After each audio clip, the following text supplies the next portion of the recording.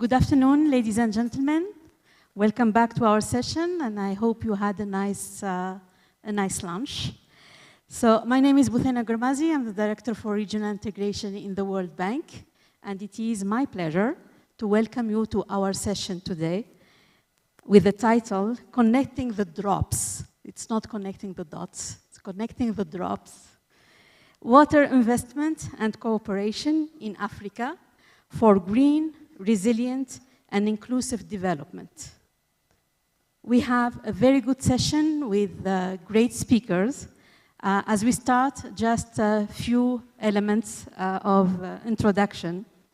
You all know that the water crisis stands as one of the most pressing challenges of our time. The crisis is threatening economic progress. It's threatening our collective efforts to eradicate poverty and the very essence of prosperity on a livable planet.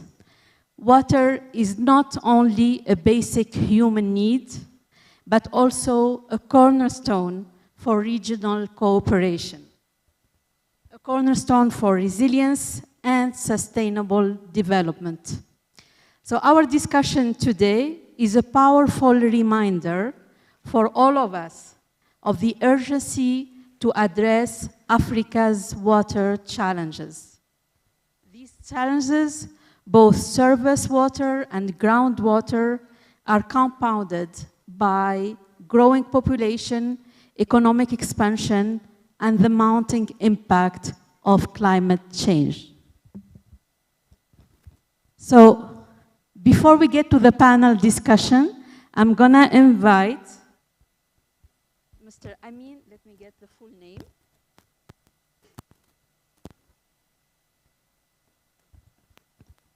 I'm going to invite Mr. Amin Idris Adoum.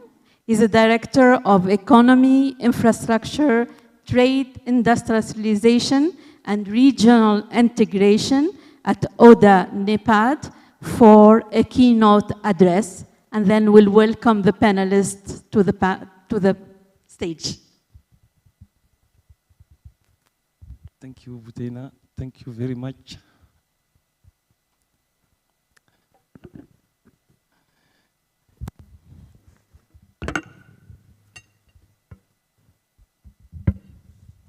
Your Excellencies,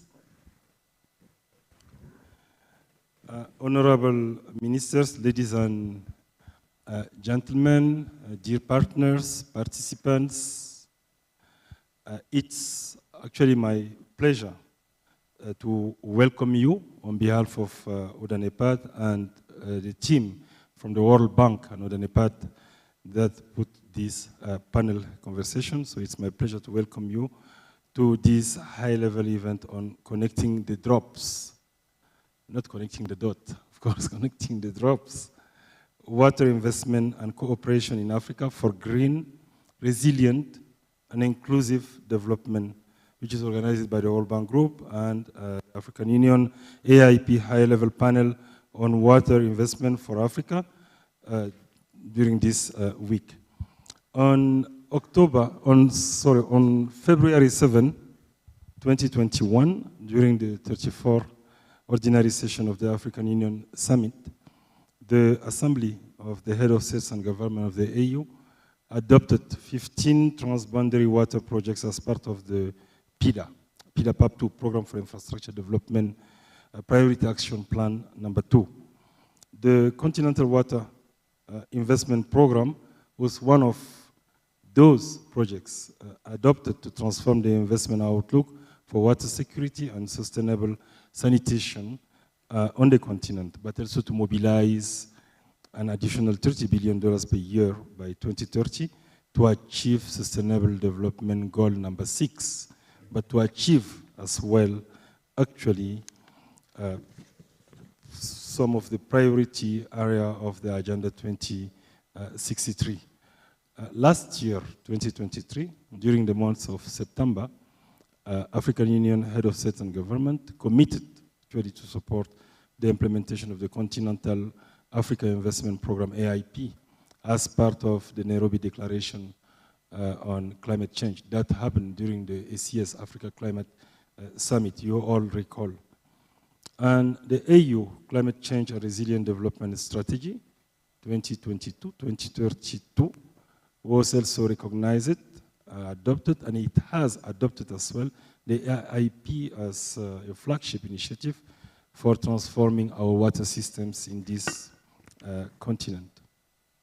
So, ladies and gentlemen, there are 69 transboundary projects, 15 of the 69 transboundary projects listed under the PIDA-PAP2. Actually, with combined value of about $9 billion,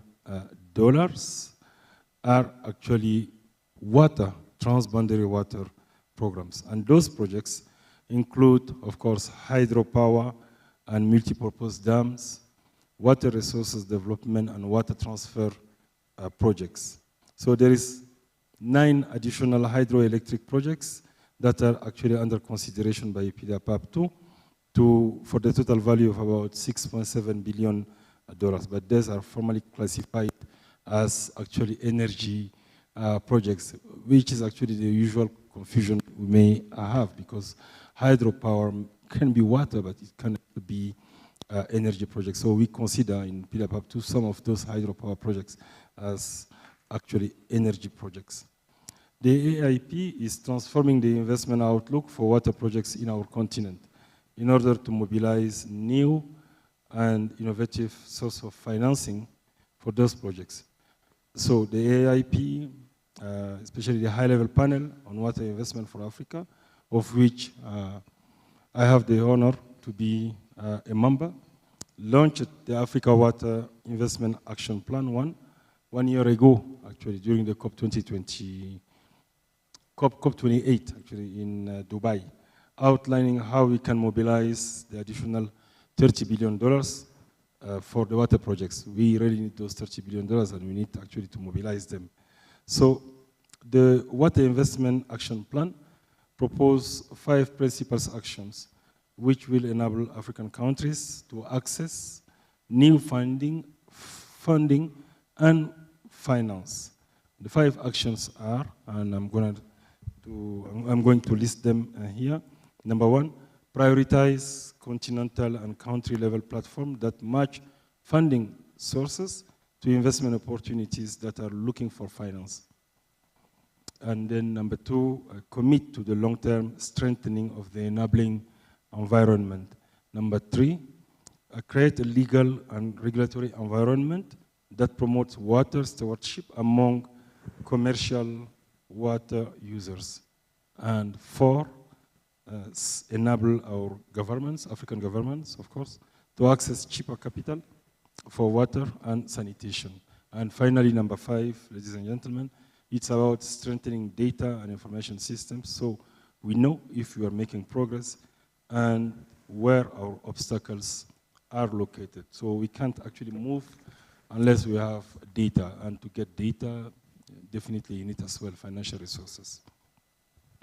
So the African Union Water Investment Summit, which is proposed to take place next year, 2025, under the leadership of the Republic of South Africa, in its capacity as G20 presidency, because South Africa is going to be the G20 president next year, can advance the implementation of the action recommended by the Water Investment Action Plan and ultimately advance the implementation of the AIP.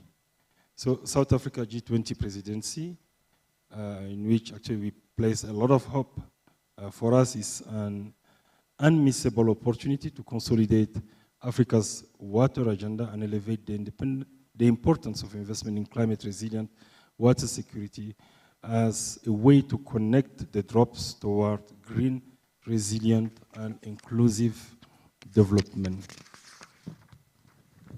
And finally, ladies and gentlemen, water stands at the center of Africa's social and economic growth. I don't need actually even to repeat that, it's so obvious. As the only African country in the G20, we believe that aside from the African Union, of course, South Africa has an opportunity to elevate the political and economic status of water and initiate a high-level dialogue on the urgent need to accelerate finance and private sector investment into this sector.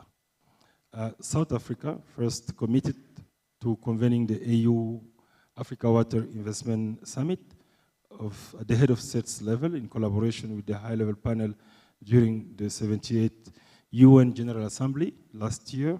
And ODA-NEPAD, and as ODA-NEPAD, we stand actually in support of the proposed AU Water Investment Summit, and we pledge to participate meaningfully in the event. And I would like to urge as well our development partners to join us supporting the convening of the Water Investment Summit. We have the power to transform the investment outlook for water security and sustainable sanitation on the continent, and the AIP provides a blueprint for all of us to work from. The reason, I think, why you are here, I'm sure that it's because you are sharing this vision that we have, and that's why actually Director Butena, is the one even moderating this very important panel. It shows how much the World Bank is engaged into these challenges of financing water investment in Africa. So I would like to thank you, Director Butena, and the entire World Bank for all the efforts you are deploying and for this commitment. Thank you very much, ladies and gentlemen, for your patience. Thanks. Thank you so much. Thank you for setting the stage for the discussion of the panel. And I think the messages are very clear. It's very important. It's very urgent. And let's take the opportunity also of the participation of the AU in the G20 and the leadership of South Africa to bring this topic to the priority that is needed. So with that, please join me to welcome the panel to the podium. We have with us today Mr. Abera Anchao Abebe. He is a senior advisor to the Minister of Water and Energy, representing the minister who could not be with us today. So please join us. We have Honorable Minister Aziz Mohammed Salah, Minister of Infrastructure and Regional Connectivity, Republic of Chad. He will be contributing through a video message. Yes, you're here with me. So, Amin, do you want to come again to the podium? And then we have Dr. Ahmed Khaled Eldo Mohammed. He's AU AIP Secretariat. And Ms. Fatouma Toure Ibrahima. She's the Water Practice Manager of the World Bank, West Africa and Central Africa region.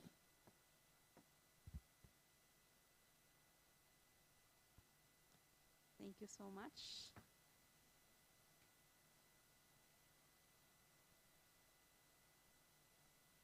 So we'll start with a point that was made earlier and also in the keynote presentation. This, water crisis that we live in. As we know, 1 in 10 people worldwide live today in a country facing severe water shortage. By 2030, it is projected that there will be more people without access to safe water and sanitation in sub-Saharan Africa than there are today. If progress continues to be at this current pace. So achieving water security for all, that's very important to be inclusive, requires coordinated action, both by government, by the private sector, by civil society, and it needs to happen at all levels. This is really an agenda that needs all hands in deck to really move the needle on this very important topic, and an urgent acceleration of investment and reforms is needed. So I'm going to start by maybe have the video participation of His Excellency Minister Aziz Mohammed Salah of Chad, and we asked him the question of how can Chad accelerate the investment in water-related projects, and to share with us his country's experience. Je voudrais d'abord remercier au nom du gouvernement de la République du Tchad le NEPAD, qui est un partenaire stratégique de la République du Tchad, déjà dans le fonds spécial pour la préparation des projets infrastructurels, qui nous a aidé à implémenter le fonds qui est maintenant fonctionnel. Et nous venons également de signer un accord avec le NEPAD pour l'organisation d'un grand forum international au Tchad le 24, 25, 26 et 27 février 2024, qui est relatif aux infrastructures en construction. Quel est l'enjeu? L'enjeu est de désenclaver le Tchad. Et nous comptons beaucoup sur les organisations stratégiques comme le NEPAD et également tous nos partenaires, parce que le NEPAD a cette expertise que beaucoup de pays africains n'ont pas pour mettre en lumière les pays sur les œuvres qui sont réalisées. L'année 2024 a été une année qui a été très dure pour beaucoup de pays africains, notamment à cause du changement climatique. Et de cela, ça voudrait dire que nous devons repenser nos infrastructures, déjà à travers des études qui soient fiables, à travers des projets bancables, bien ficelés, et à travers une ressource humaine de qualité. L'Afrique doit être vue comme un seul pays, et c'est un seul continent, et nous devons casser les frontières. Et la meilleure façon de casser ces frontières, c'est de désenclaver et de lier, faire des ponts entre les pays africains pour ne faire qu'une seule linéaire. C'est l'objectif principal de la vision du chef de l'État, Mahamat Idriss Déby Itno, qui veut que nous puissions être un hub au niveau africain. Et être un hub en africain, c'est une chance puisque stratégiquement le Tchad est au cœur de l'Afrique, au centre de l'Afrique. Donc c'est un appel que je lance à tous mes collègues ministres, à tous les partenaires, les bailleurs, à pouvoir aider cette nouvelle vision du Tchad pour ne serait-ce que déjà participer à ce forum à lequel je vous invite toutes et tous, qui va être organisé les 24 au 27 février 2025 à N'Djamena, un forum où les projets vont être proposés, les études vont être mises sur la table et surtout permettre à ce que nous ayons des projets en build operate transfert, en BOET, pour permettre un meilleur financement de nos projets. C'est ainsi que nous nous réjouissons aujourd'hui d'être à 10. Malheureusement, nous ne serons pas des vôtres demain, mais ce message, c'est pour vous dire que nous avons tous la même vision d'une Afrique qui ose, une Afrique en transformation, une Afrique qui veut atteindre ses objectifs dans le cadre de l'agenda 2063 pour que le libre-échange, pour que les échanges entre les pays puissent être facilités et que nous créions encore plus de ponts dans le cadre notamment des infrastructures qui sont la base de la transformation de notre Afrique de demain. Donc je voudrais une fois de plus vous remercier, vous souhaiter une bonne session et sachez que le Tchad est de cœur avec vous pour que nous puissions réussir les enjeux pour une Afrique en développement encore plus importante. Merci beaucoup. So thank you so much to the Minister for his address. And I think the point was very clear, the importance of the regional approach, the importance of preparing well the project, and the importance of leaving the capacity or strengthening the capacity at home, plus the invitation that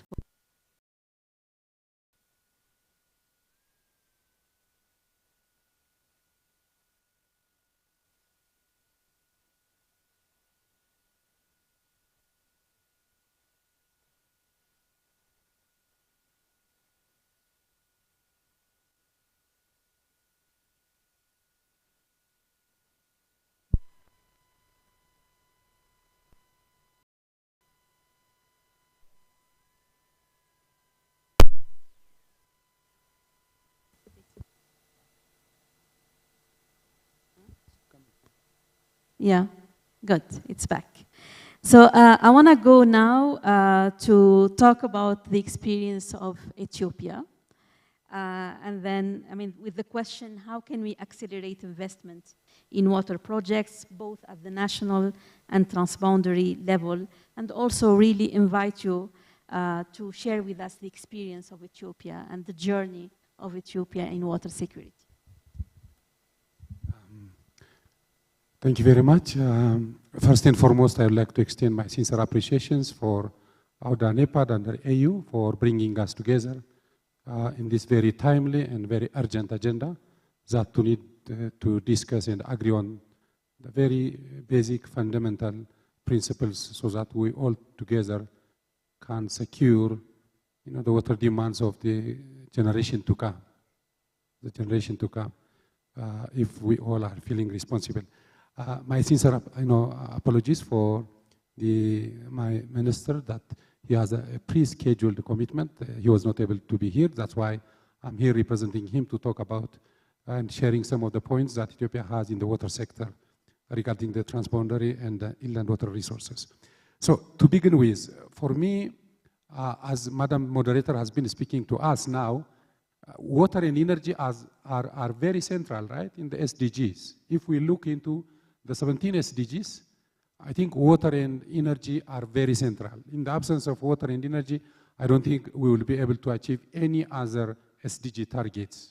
If we look into each of the, the targets in the SDGs. So the climate change effect that we are currently in is significantly affecting the global south, and including Africa. Ethiopia being located in the Horn is a good showcase of the challenge that we are currently facing as a result of the weather extremes of both flood and drought. And we had a good experience of the challenges we faced, especially in our pastoralist communities in the border of Kenya, Djibouti, Somalia, and other neighboring countries, including Sudan and South Sudan. So the climate change effect, the groundwater depletion, very significantly affecting, and the available water resources lowering down are some of the very critical challenges. Above all, the very competitive, access for finance and funding opportunities for various reasons, be it national, regional, or global. So resources now becoming very competitive.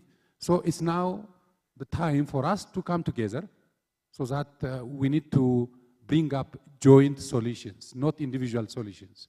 And I think member states of the AU or any other platforms need to sit together for mutual benefits and a win-win approach.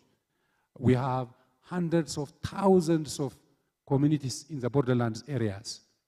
If we look into the Horn of Africa under the IGAD members, we have many communities still looking for access for the basic needs of water supply, sanitation, and hygiene services. These are the basic human rights. So as examples, we have some of the projects in East Africa under implementation supported by the World Bank, a project named the Groundwater Access for Resilient Project, a very big initiative implemented under 3 countries, including Ethiopia, Kenya, Somalia, plus the IGAD Secretariat.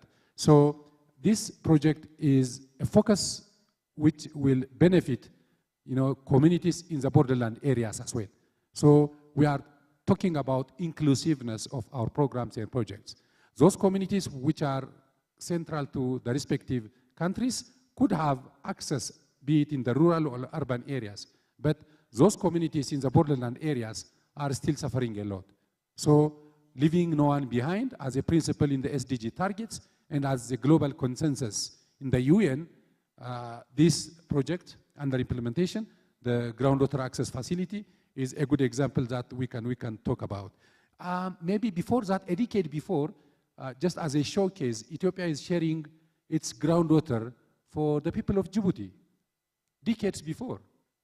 And Djibouti has groundwater wells in the border of Ethiopia, and the government of Ethiopia has already committed to provide this available groundwater source, potable freshwater source, to be shared with the people of Djibouti and free of charge.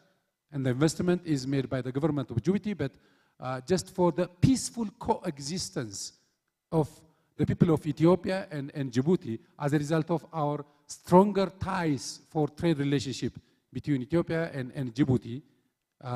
Ethiopia is supplying its available groundwater sources free of charge for the people of Djibouti for decades. And Djibouti is taking groundwater sources from Ethiopia, crossing around more than 300 kilometers, crossing the border between Ethiopia and Djibouti. The other point which we recently have already initiated is under the facilitation of World Bank and IGAD and many of the UN agencies is the groundwater access facility, which brings together still, members of the IGAD member states that brings together, for the water ministers to sit together and to have a common ground on how we can jointly, deliver the water demands of the people in the borderland areas, which is more of, transboundary, thoughts. So for that to happen and for finance to come, I think the very fundamental requirements, as to my knowledge, is to have stronger and a tested regional integration and cooperation. And this regional integration and cooperation is not going to be a choice anymore. It's a very urgent task we need to act upon. So individual solutions of the member states will not bring us, a lasting solutions. So stronger, sound regional integration and cooperation is very fundamental for us to be able to secure and for us to jointly voice our claims, our rights to the global north, especially for the rich countries, to respond. Luckily, I have been in a COP in Baku this year for the COP, and we have been in Sharm el-Sheikh for COP27, and COP30 is to happen in Brazil, and it talks and talks and talks. And where are the promises? And it was, the COP29 was concluded that there will be a 300 billion USD to be funded for developing countries from the rich countries, and a total of $1.3 trillion until the end of 2035. And we left with 6 years for us to report to the SDGs. We left with 6 years. And many of the African countries, including Ethiopia, I guess, is a little bit off track. And we are far behind from our targets. Maybe either the SDG is too ambitious or we are not able to do it very strongly. So I think we have a lot to do in the remaining time. And so that we need to have a sound and very meaningful integration and cooperation. We need to build trust. I think the previous speaker, of course, talking about the issue of data sharing protocols. What really is our data sharing protocols and principles? And data is a resource. Data is money for us. Data is a dollar. It's a currency. So that we need to bring all our available data with governing data sharing protocols and communication principles so that those data could be processed and will be enabled to convince the donors and financing institutions, be it the bilaterals, multilaterals, or philanthropies, so that those processed data could be presented for financing options. We also need to use available platforms. We have AMCAO in the AU. That's the African Ministers' Council for Water. And the AUDA-PIDA, this is a platform which was for game players to play it. And AUDA is not to do our task. Rather, member states need to sit together, debate, agree on the basic fundamental principles, and move forward. And I think we need to capitalize and optimize the available platforms available. In the previous speech, we have been hearing about the African Climate Summit.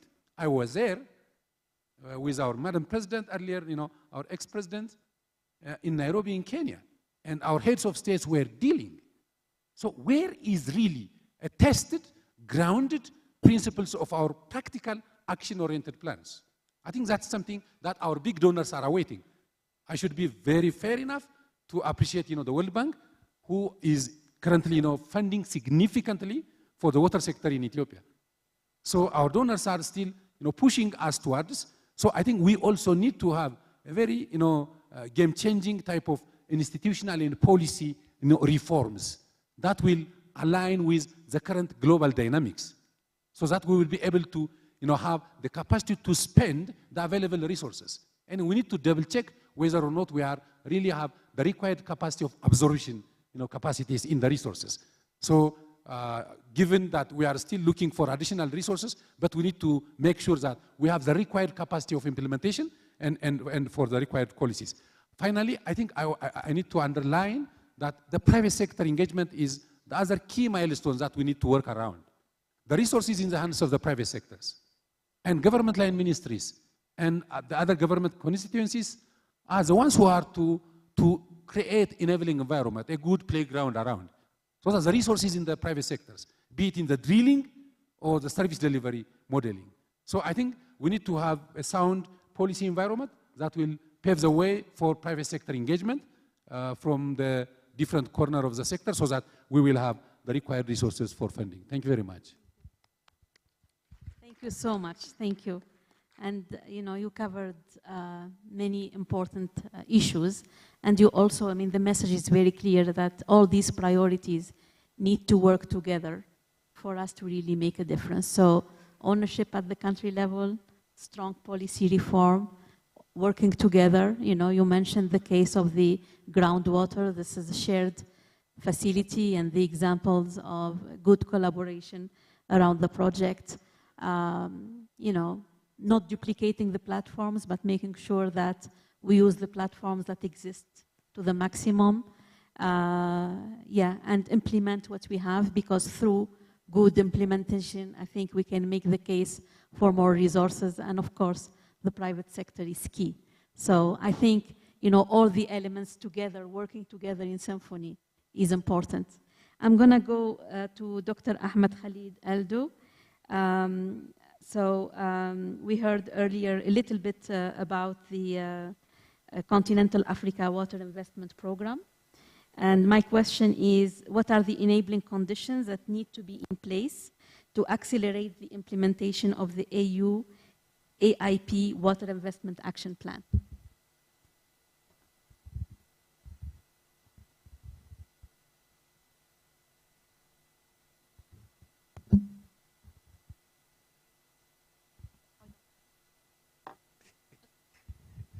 Thank you very much, Butena.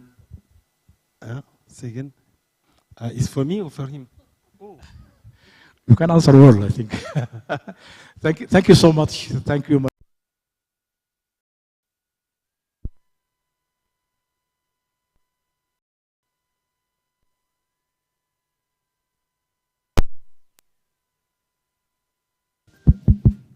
Thank you so much. Thank you, Madam Moderator, and thank you, colleagues here who join us today. And also, I am very happy that water is now under focus globally, nationally, and continentally, and also as a region. So, and as we know that this is established fact now, water is crucial and critical for socioeconomic, for resilience, and also for adaptation. And we know that even climate change manifests itself through water. We feel climate change through water. And water also, as many of us say that and become established fact, connect, I think this connects the drops, so connects all the SDGs. So if you want to achieve all those SDGs, you have to look to water. If you want to address the issues of disasters, floods, or so, we have to look to water, because 90% of disasters we see are water related. 80% of diseases are water related. 40% of now the countries around the globe are facing water scarcity. So I think under all these conditions and this context, we have to move fast on these water issues. And I'm glad that now one of the key issues is the political will and political commitment and leadership. And now we have it now under this AIP, Africa Water Investment Program, which led and championed by the head of states and the global water development leaders in the world. So now we have that what high-level political commitment. I think we can move under that umbrella of the AIP. The other issue also would like to look at, even this climate change summit last year in Kenya, stressed the issue of the AIP. You have to implement the AIP. And AIP now will become a flagship, an umbrella for all our activities at African Union Commission and also at international high-level panel. The other issue, we have to look to the governance. I worked for some time for the AFDB and the director of the African, we are establishing the African National Resource Center. The director was Madame Sheila Khama. She came to me in the morning. She asked me, what are the main challenge? We said governance. And the governance also is the key issues. We have to strengthen our governance. Institutions also are key, because not only we need institutions to mobilize the resource and implement, we need also institutions also to operate and maintain, because most of the losses now under the institution are issue of capacities and skills and so on and so forth, and resources sometimes. So we have also to have institutions also to provide also and to collect revenue, because we have to pay back our dues or our loans. And the investors also, they look for their money also. I think we have to have institutions. We have to have also pipelines of projects. And these pipelines also need capacity to develop these pipelines, to develop projects, bankable projects. Sometimes donors and partners ask about, we need, money is there, we need bankable projects. So we need the capacity. And under this also, international high-level panel and AUC are working with the countries now to try to capacitate or to build the capacity of the countries to access climate finance. There is what we call AIP, AU-AIP GCF multi-country program. Now on board, 15 countries joined in phase 1, and now we have phase 2, 20 countries are joining. The idea also to help the countries to build the capacity to access climate finance, and also the idea also to develop some pipelines for the countries, some concept pipelines for the countries to try to access those finance, and also to have knowledge platforms. So I think these are the key functions that we are doing. In Africa Water Week in Cairo, the last meeting, the 9th, we launched the platform for Africa Water Investment. And that one is key, because that one is like a market. The country demand and supply. The countries will put their projects and bankable projects, and also the financiers and the investors will see, and then they start to talk. I think that platform is very blended finance platform. This is an interactive platform for the member states and also for the investors who look for investment bankable projects. The last issue maybe I would like to mention, also we need research for development. We need data and information. And this is also under the AIP, we have what we call a scorecard, AIP PTA scorecard. And that one is very important to monitor and also to report, as well also to track the investment.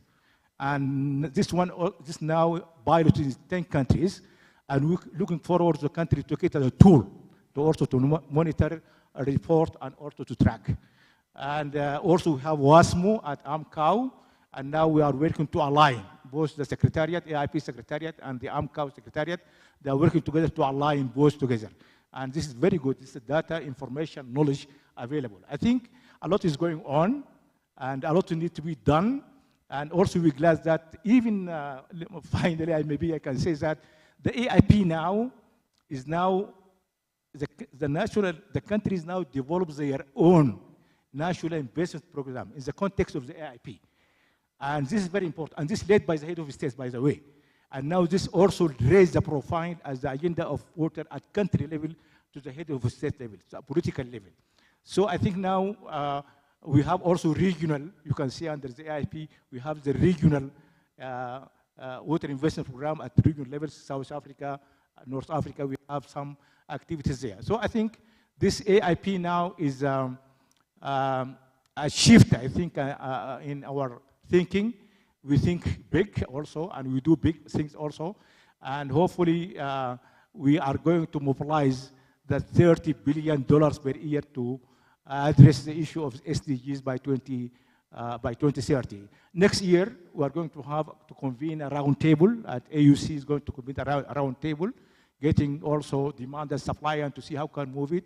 Also, we are going to have the Africa Water Summit 2025. This will be in the context of G20 presidency South Africa. So I think this is also an opportunity also to try to mobilize resources. With this, thank you so much, Madam Moderator. I hope I covered the landscape of this AIP. Thank you. Thank you. And you covered a lot of topics, the importance of, political ownership at the highest level, the coordination among countries. You gave us lots of details about the platform, the importance of data, the importance of governance. So I want to stay within the same topic, and I want to invite you now, Mr. Adoum.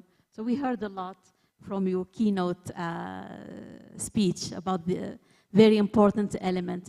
I want you to help us answer the question, how to unlock investments in this sector.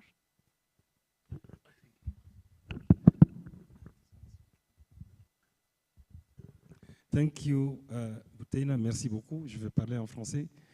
I was speaking English all the day, so I need to shift a little bit.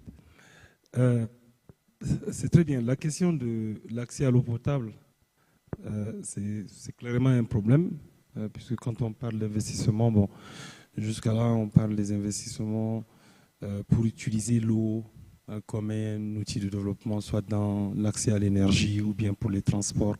Mais il y a aussi la question de l'accès à l'eau potable, donc la question de l'accès à l'eau potable qui est très claire. Et de ce côté, qu'est-ce que nous on fait à ODA-NEPAD, et puis spécialement dans le cadre de l'AIP, qui est Africa Investment Program for Water. Donc, nous, à travers l'AIP, évidemment, nous le soutenons, et nous le soutenons dans le sens de pouvoir mobiliser des ressources financières qui sont nécessaires pour catalyser les investissements dans les infrastructures hydriques, et puis des investissements qui vont aussi promouvoir une gestion efficace des ressources en eau, mais aussi des investissements qui vont promouvoir la sécurité en fait, des ressources hydriques et leur développement et éventuellement leur transformation, pourquoi pas, en système d'adduction d'eau potable, puisque ça c'est un domaine qui nous intéresse aussi particulièrement. Je voudrais juste rappeler ici que les principaux objectifs de l'AIP sont entre autres renforcer les cadres politiques et institutionnels pour attirer les investissements privés et publics, et c'est important de le préciser, privés et publics,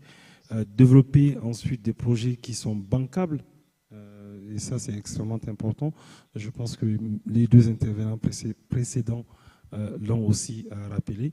Promouvoir aussi la coopération régionale dans la gestion des bassins transfrontaliers, un point extrêmement important parce que la plupart des ressources en eau sont des ressources partagées ici en Afrique. Ce sont des bassins transfrontaliers et donc des ressources aussi transfrontalières.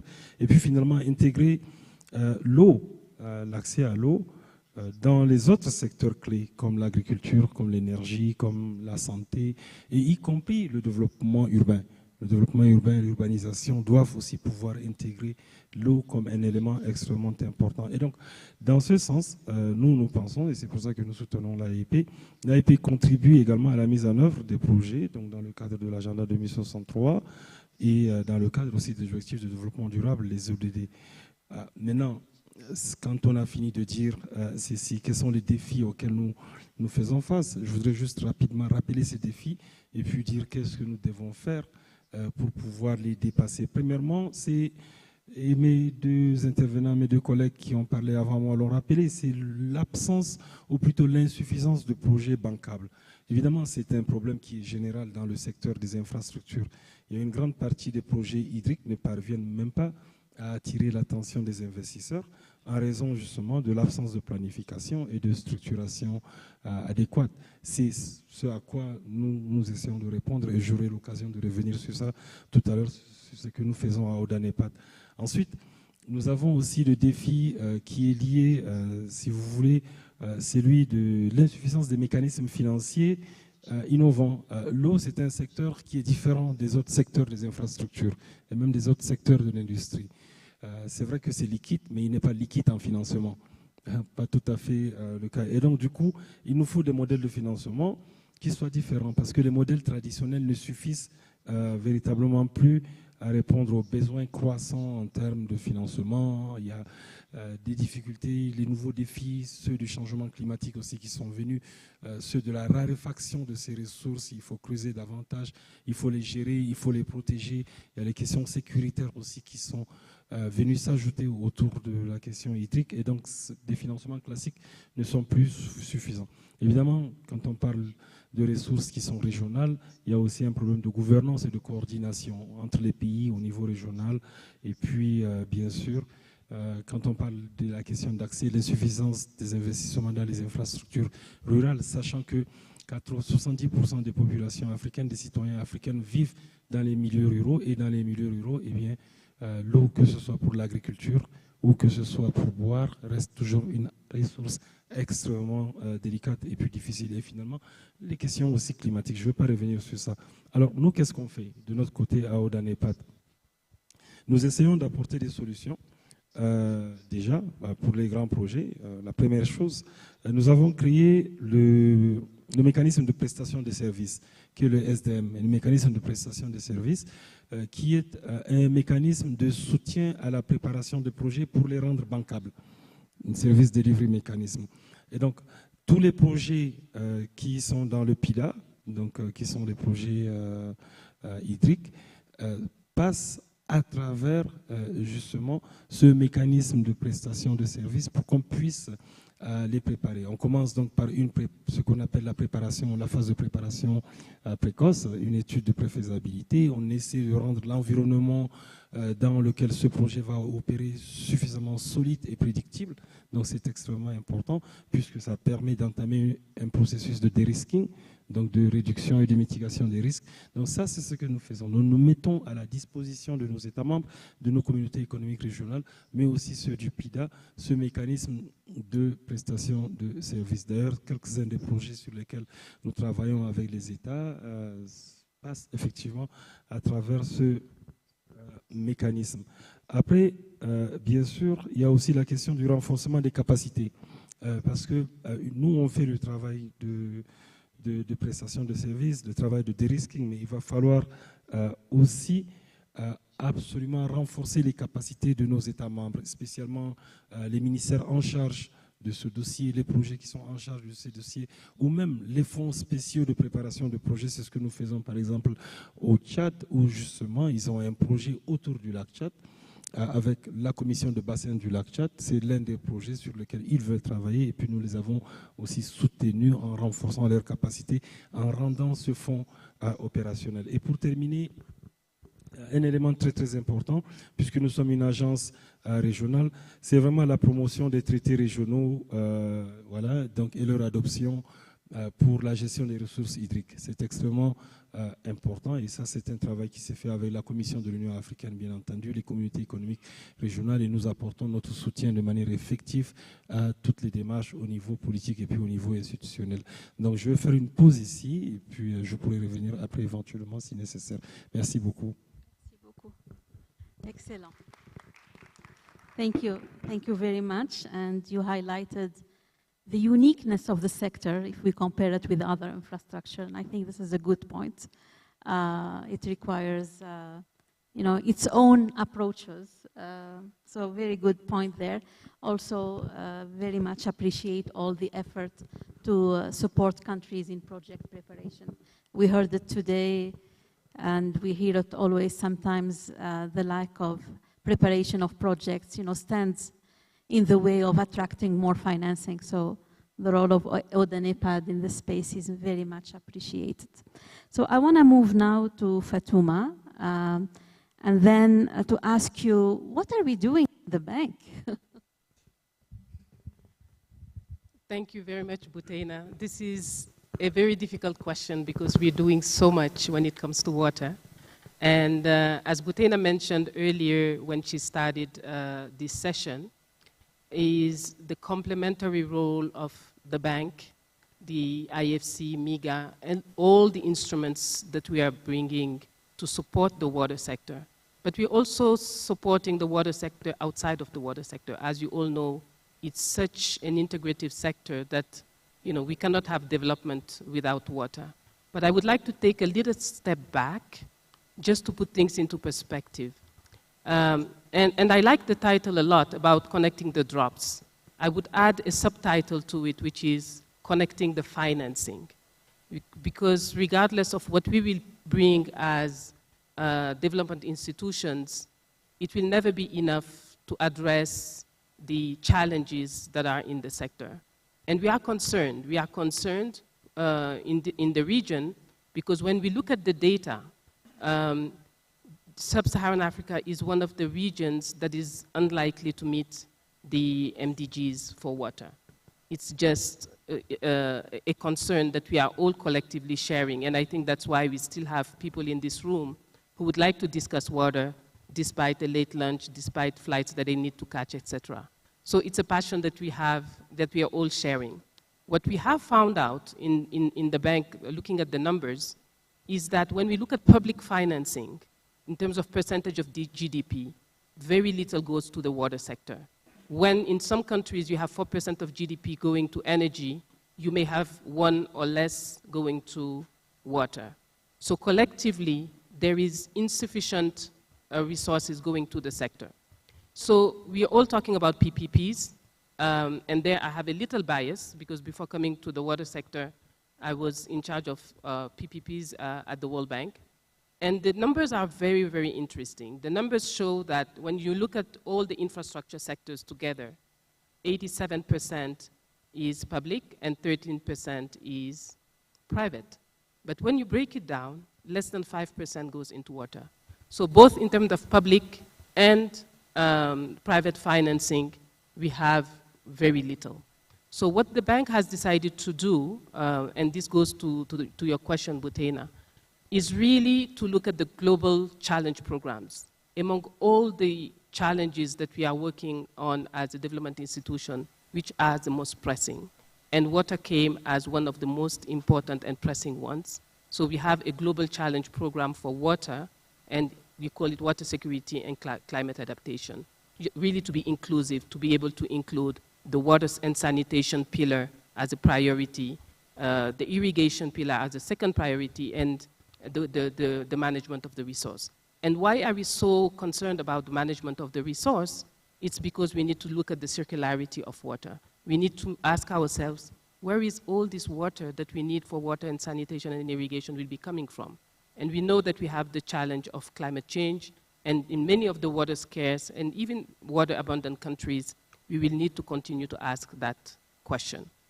So very specifically, what are we doing when it comes to connecting the financing? And Butena talked about it. We're looking into scale. We're looking into bringing small projects together to be able to influence the private sector and give the appetite for the private sector to come in. The second thing that we are doing is leverage. So use public financing to be able to leverage private financing. So scale and leverage have already been mentioned earlier during the conversation, and they are critical. The third thing that we are doing is to make sure that the projects for which financing are required are well prepared. I think if we were all to come together and try to finance projects, we will find ourselves with a lot of resources. During the earlier conversation, someone mentioned the role of institutional investors, commercial banks, etc. So the resources are there, but ready to implement projects are the ones that are really missing. So we are also working with our various parts in the institution to make sure that there are projects that are ready to be prepared. Clearly, when we talk transboundary, when we bring different countries together, the challenge becomes even bigger. So project preparation becomes even more important. So very often we have, departments like the ones that Butena is managing that is challenging us to help build capacity. So we are also invited to think big when it comes to capacity. So the main question I would like us to really continue to think about is whether we're going too quickly into the financial engineering. We're going too quickly into the financial solutions without the preconditions. So at the bank, what we are doing very specifically is to maximize finance for infrastructure development, including water. So on one side, there is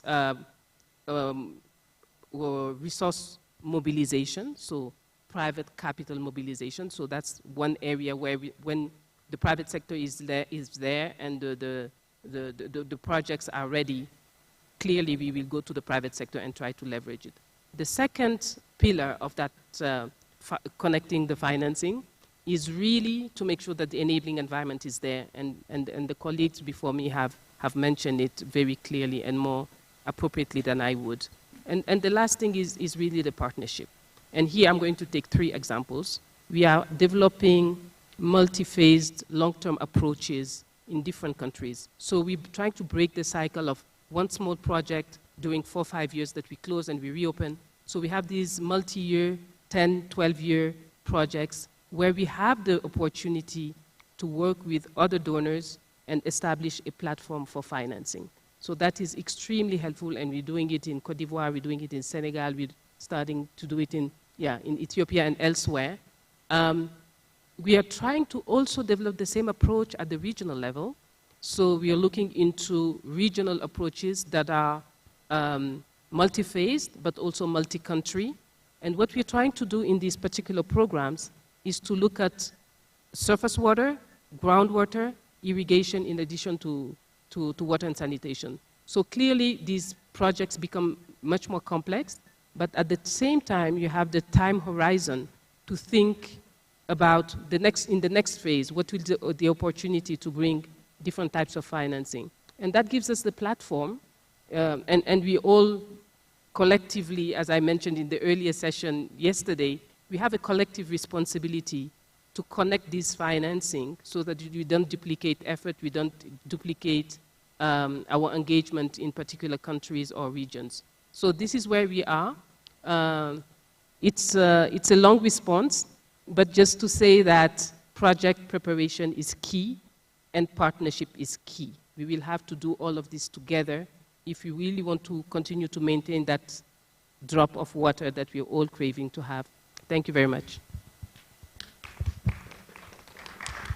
Thank you. Thank you very much, Fatuma. So the importance of a longer-term approach, programmatic, all hands on deck, the importance of partnership, the importance of the private sector.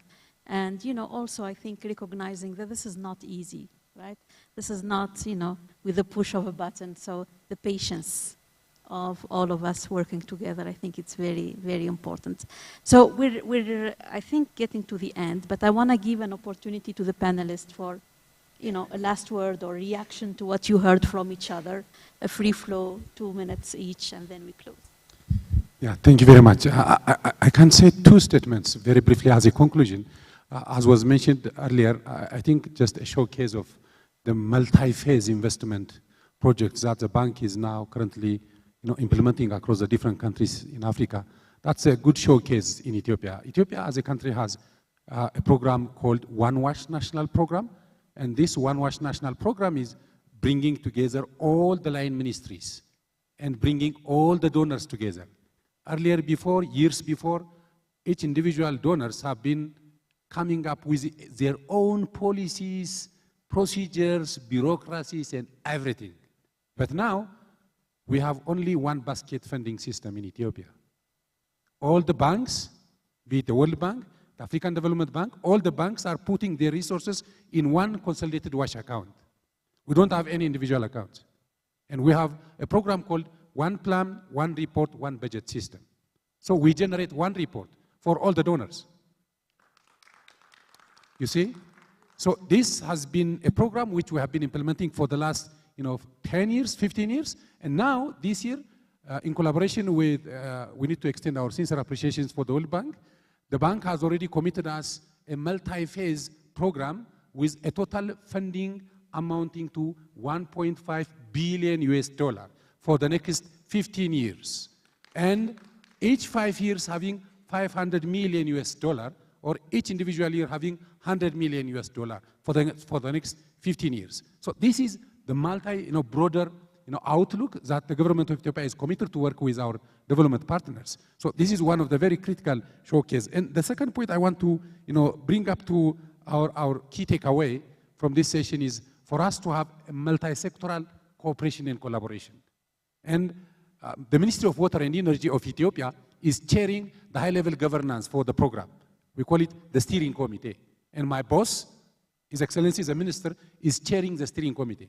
And all other line ministries and the donors being represented by the World Bank, UNICEF, the UN agencies, embassies, including COICA or Finland or all the other, FCDO, the African Development Bank, all the donors are coming and represented by the bank. So this is the way how we need to come up with a well-agreed and consensus and a harmonized approach to have one plan, one budget, one reporting system. And this will ease the hassle, the bureaucracy, so that we will be able to deliver together for us to be able to achieve our set targets globally and nationally. Thank you very much.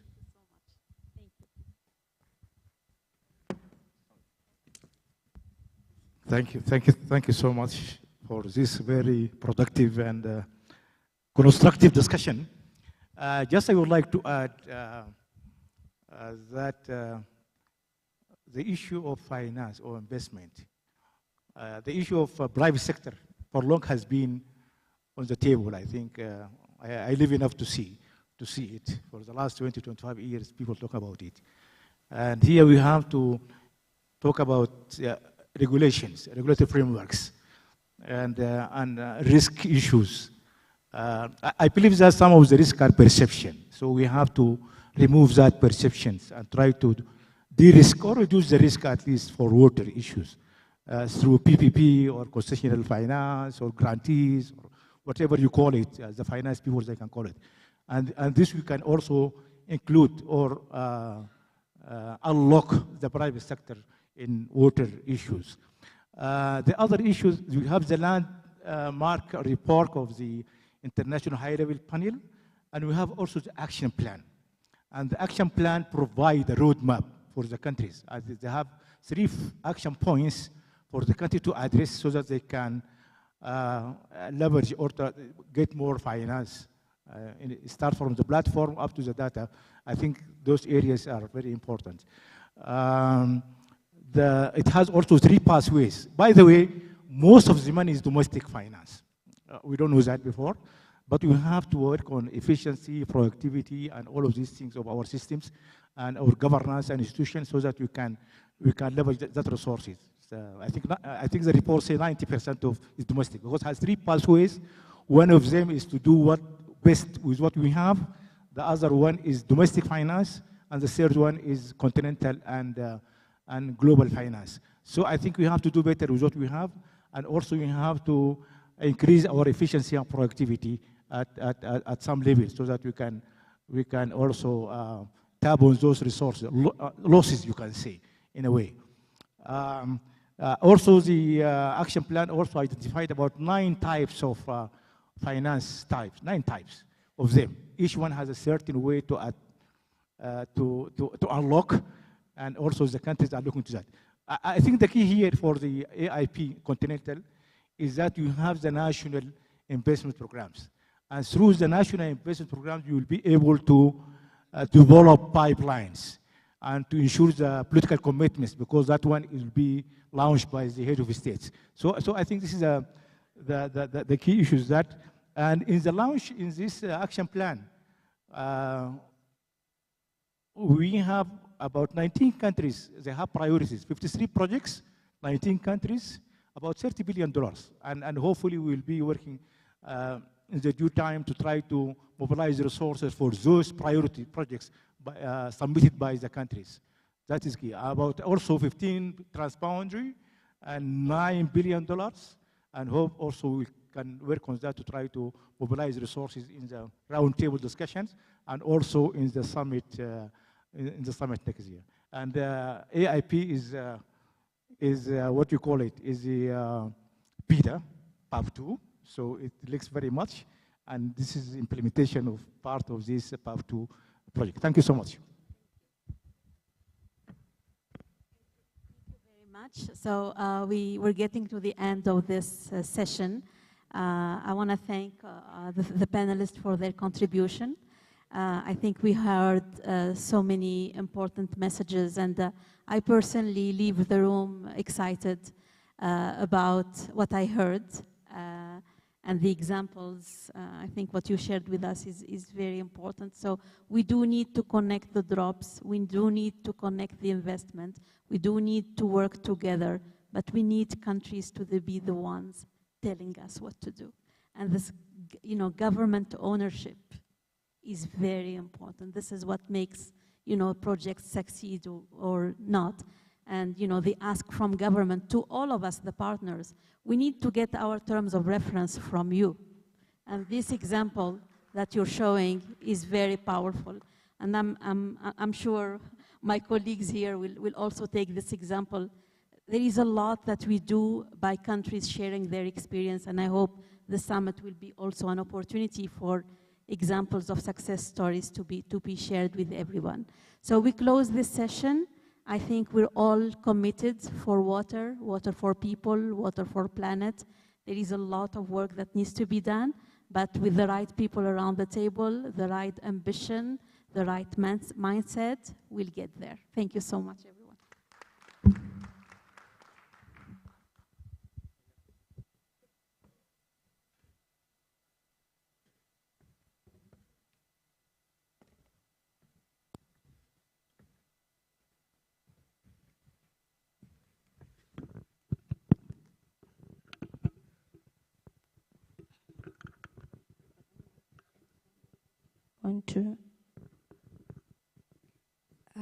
Thank you so much for attending the session.